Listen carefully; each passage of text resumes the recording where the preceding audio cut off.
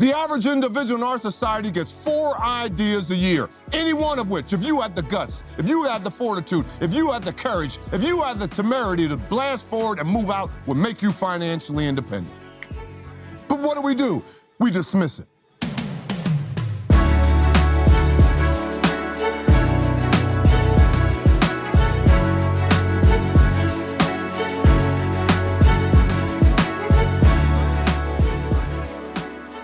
Yo, what's up, y'all? Welcome back to Black Excellence Daily. I am your host, Sean Croxton. Thank you so much for tuning in. We've got Dr. Dennis Kimbro on the show today. He is one of my favorite speakers of all time. He's going to talk about grit and excellence and the power of persistence. And it kind of goes back to what I was talking about in the open for Monday's episode with Lisa Nichols. I was talking about how you don't become successful in a straight line.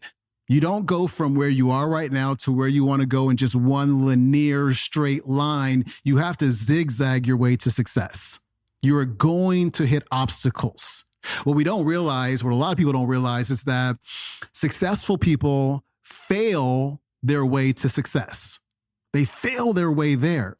If you ever read, and I'm going to highly recommend that you do this, if you ever read biographies of highly successful people, A.J. Gaston, Madam Walker, Steve Jobs, in fact, what you will find is that there are 3 phases that repeat over and over again.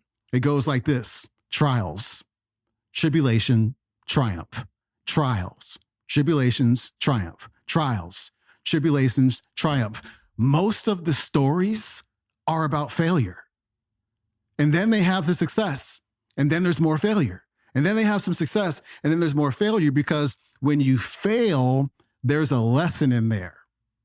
You get to learn more about yourself. You learn about what not to do next time. You get to adjust your plan. And then when you adjust it and it works out, like, oh my gosh, I just learned something. And not only did you learn something, you become somebody different than you were before. Most people aren't willing to fail. Most people don't have that grit, or at least they're not willing to pull that grit out of them.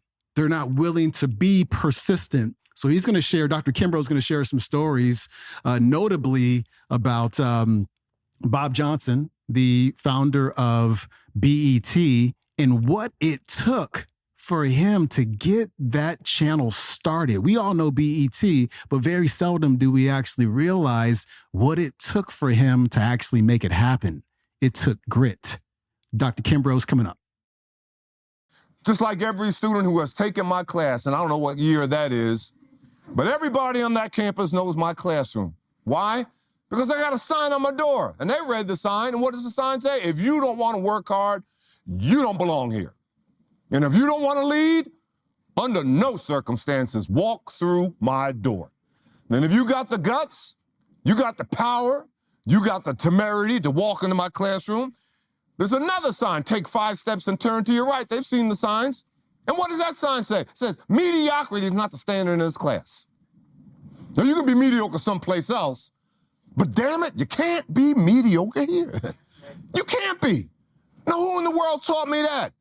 I interviewed her twice, Rachel Robinson, Jackie Robinson's widow. I said, Miss Robinson, what was it like being married to the man who broke the color barrier in baseball? She said, well, Jack only lived by one rule. And I said, what is that? She said, excellence is the norm, not the exception.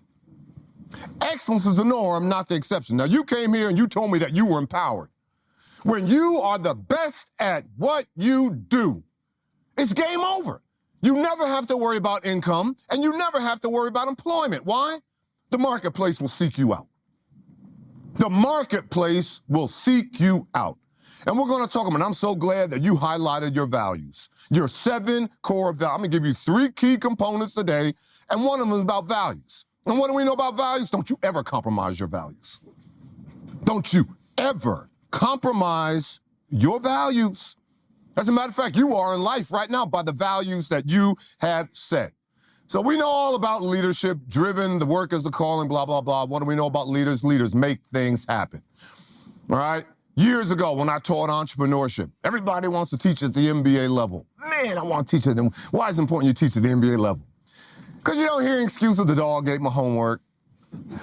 My computer broke down. Man, I know we had class today. I thought somebody said they canceled, you know.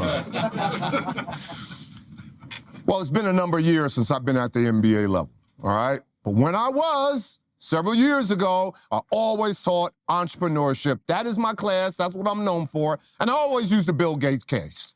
I always use the Bill Gates case. And what do you know about Bill Gates? Well, it depends. You go ahead and read the Harvard business case. And what does Harvard say? Spring semester is freshman year. Bill Gates drops out of Harvard. Why? Because in between classes, he and his best friend, Paul Allen, go to a bookstore. And they gravitate over to the magazine section, and they stumble upon a magazine that's throwing out a challenge for anybody who can come up with an operating system that would allow two computers to talk. Now, I might be the oldest individual in this room. I am walking distance. At the end of next month, I will be 67 years old. And I remember when you had 50 million different PC manufacturers in the early 1980s, and none of them could share data. Why? They didn't have an operating system, 50 million different operating systems. So they stumble upon this magazine, throwing out this challenge, and what does Bill Gates do? He goes to the desert, New Mexico, for the next 7 years of his life, takes a team of 7 with him. Fast forward the videotape 7 years, he comes out with his Windows program that would finally allow computers to trade information. And what does he do? The first thing he does, he picks up the phone and he calls the president of Encyclopedia Britannica. He said, sir, you don't know me, but me and my team have been out here, and we finally came up with an operating system that will allow two computers to talk. And if you get on our desktop, I know you never heard the word before, new jargon, new lexicon in the industry, if you get on our desktop, you can sell all the Encyclopedia Britannicas you want for $10 a pop. And what is the CEO of Encyclopedia Britannica, what does he say? What is his retort? What is his reply? He says, young man, are you out of your mind? $10 a pop?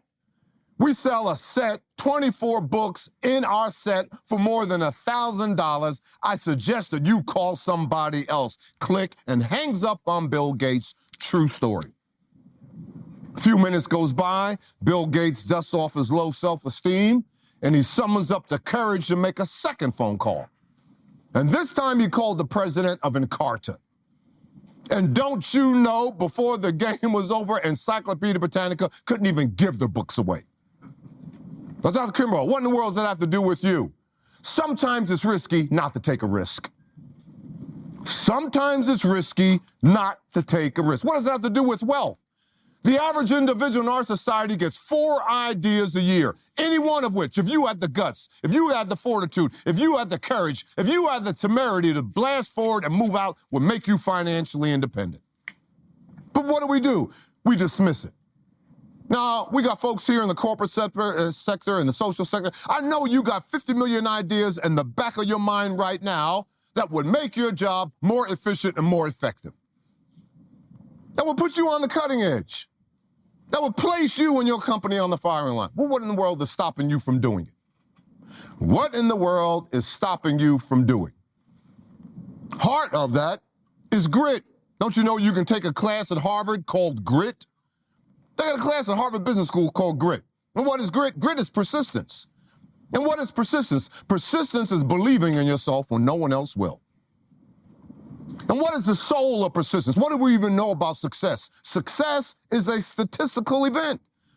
I tell my students, and my colleagues hate for me to talk like this, but I gotta tell my students the truth. Why am I Dr. Kimbro? Am I Dr. Kimbro because I'm smarter than you? Hell no, I'm Dr. Kimbro because I got more college hours than you have. You get the same number of college hours I have and you'll be Dr. Whoever. Success is a statistical event. That's all it is. Now, these are 3 individuals that I interviewed for my 5th book, and they really encapsulate what we call grit. There's Bob Johnson. Got a chance to interview him twice. And what do you know about Bob Johnson? Yeah, he's the founder of BET, but don't you know that twice a month for almost 2 years, no matter where he was, he caught a flight, flew to Chicago, rented a car in Chicago, drove to Oak Brook, Illinois, and sat in the lobby of McDonald's corporate headquarters, waiting for anybody to come out of the marketing department or advertising. Why? Because he knew BET wouldn't be on the air if he didn't have a major sponsor. 2 years. Baby girl, that's grit. Who was the woman in the middle? Michelle Hoskins, Hoskins syrup. Anybody from Chicago? You know about her. She got that recipe, was passed down generation to generation, and no one did anything with it. She says, this is my epiphany. This is my high watermark. I'm following through with this. And what did she do every Monday morning, 10 o'clock in the morning for 2 straight years? She called Denny's. She knew that her business would go under if she didn't have a major account. And what occurred? She became Walmart, one of Walmart's first minority suppliers. And who are you looking at on the left? That's Greg Barranco. His wife is a trustee at Clark-Atlanta University. But Greg Barranco, here is a young man, got his degree in business administration from Southern University. One dream, one vision. Remember I said the most dangerous individuals without hope. One dream, one vision. What do you want to do? He wants to sell cars. That's all he ever wanted to do. But big problem. The #1 car dealership in Baton Rouge was Audubon Ford. And we are going back to the 80s. What happened in the 1970s at Audubon Ford? Blacks weren't even allowed in the showroom. You had African Americans buying cars at Audubon Ford, and they had to do the deal out on the parking lot. 5 seconds after Greg Barranco gets his degree from Southern University in Business Administration, he goes right to Audubon Ford, stands out there in the parking lot waiting for the sales manager to come. Sales manager comes, Barranco hands him a resume, extends his hand and says, my name is Greg Barranco and I'm here to help you sell cars. He takes one look at this brother and he says, I'm sorry, we don't have any openings. Greg Barranco says, fine. 24 hours later, goes back to the same dealership, stands right there in the parking lot. Sales manager comes out, hands him a resume, extends his hand. Hi, my name is Greg Barranco, and I'm here to help you sell cars. Didn't I see you yesterday? Yeah. What did I tell you yesterday? That you didn't have any openings. Well, I just thought something might have changed overnight, and I didn't want to miss out. Look, damn it, he did that for 30 straight days. 30 straight days until they finally gave up and gave in. That record that Greg Barranco set at Audubon Ford still stands today. Most cars sold in a 30-day period. So what can we learn from these case studies? People don't care about you until they know how much you care about them. And what is grit? Like I said, grit is believing in yourself.